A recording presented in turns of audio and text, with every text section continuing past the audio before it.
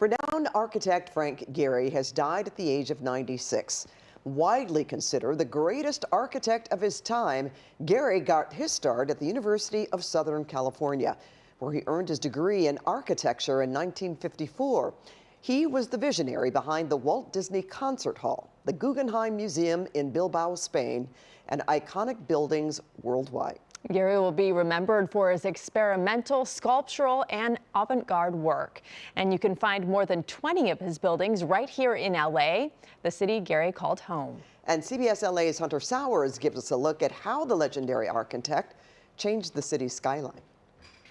We want to welcome you into our Transmission Operations Center, where we got to fly SkyCal over 6 of the 10 Frank Gehry properties. We want to start, though, by talking about one of the most iconic. This is Frank Gehry's own private residence. We want to bring in Sam LaBelle. He is an architecture writer and editor. Sam, tell me, what about this one stands out the most to you? It was basically a rebellion against sort of the typical house. He basically took a regular Dutch colonial pink house and then completely ripped it apart. He sort of turned it into an art piece and an experiment. So we're in Venice now, Sam. Talk to me about the binoculars. This is maybe one of the most visible ones that people would see, you know, if they're traveling through the area. But what makes this one so unique? Really, the building is really about Gehry's willingness to work together with artists. And in this one, he coordinated with Dutch artists, and they were the ones that helped him make those binoculars, which are really become a symbol of Venice. And we're staying in Venice for this next one. Talk about the Norton residence. What sets this apart? I mean, what was the history behind this one?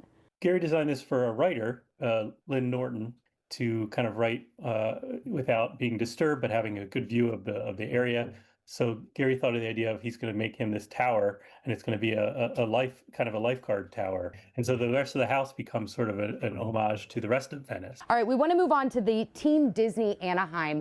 What about it stands out to you? It's got Gehry's typical kind of fun to it, which I think fits very well. But it's this iridescent stainless steel panels that are facing the freeway. When you move by them, they change colors. And so it's kind of this amazing mix of Gehry's willingness to kind of put in art and, in this case, animation into his buildings, but also really use technology. Let's talk about the Hollywood Library. And I loved what you told me earlier, is that you were maybe the least familiar with this one. So Gehry is still kind of taking us by surprise, so to speak. Yeah, no, it's amazing because we all think we know Gehry. And I looked it up, and it looks like a fantastic, he's really early work of his, and he's creating this sort of almost like a castle in Hollywood, like these kind of fortress-like walls and a sunken entrance, very dramatic. So the grand finale here, we're talking about drama, and I can't think of a better example of his artwork and of his art than the Disney Concert Hall. What, from an expert's perspective,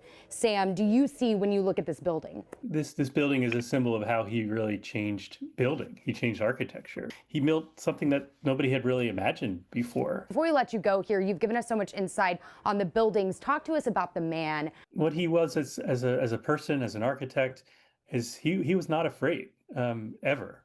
He turned down huge contracts when he didn't think it would work. He followed his artistic vision and his instincts always. Because of that, he changed LA, he changed architecture. Sam, obviously a sad day, but also one where we should all be celebrating. As you said, just so much life and so much legacy that he now leaves behind. Oh, my pleasure. I'm glad we could chat. So thank you for stepping into, behind the scenes of what it took to create these buildings and what makes them so special here across Los Angeles as we all remember Frank Gehry.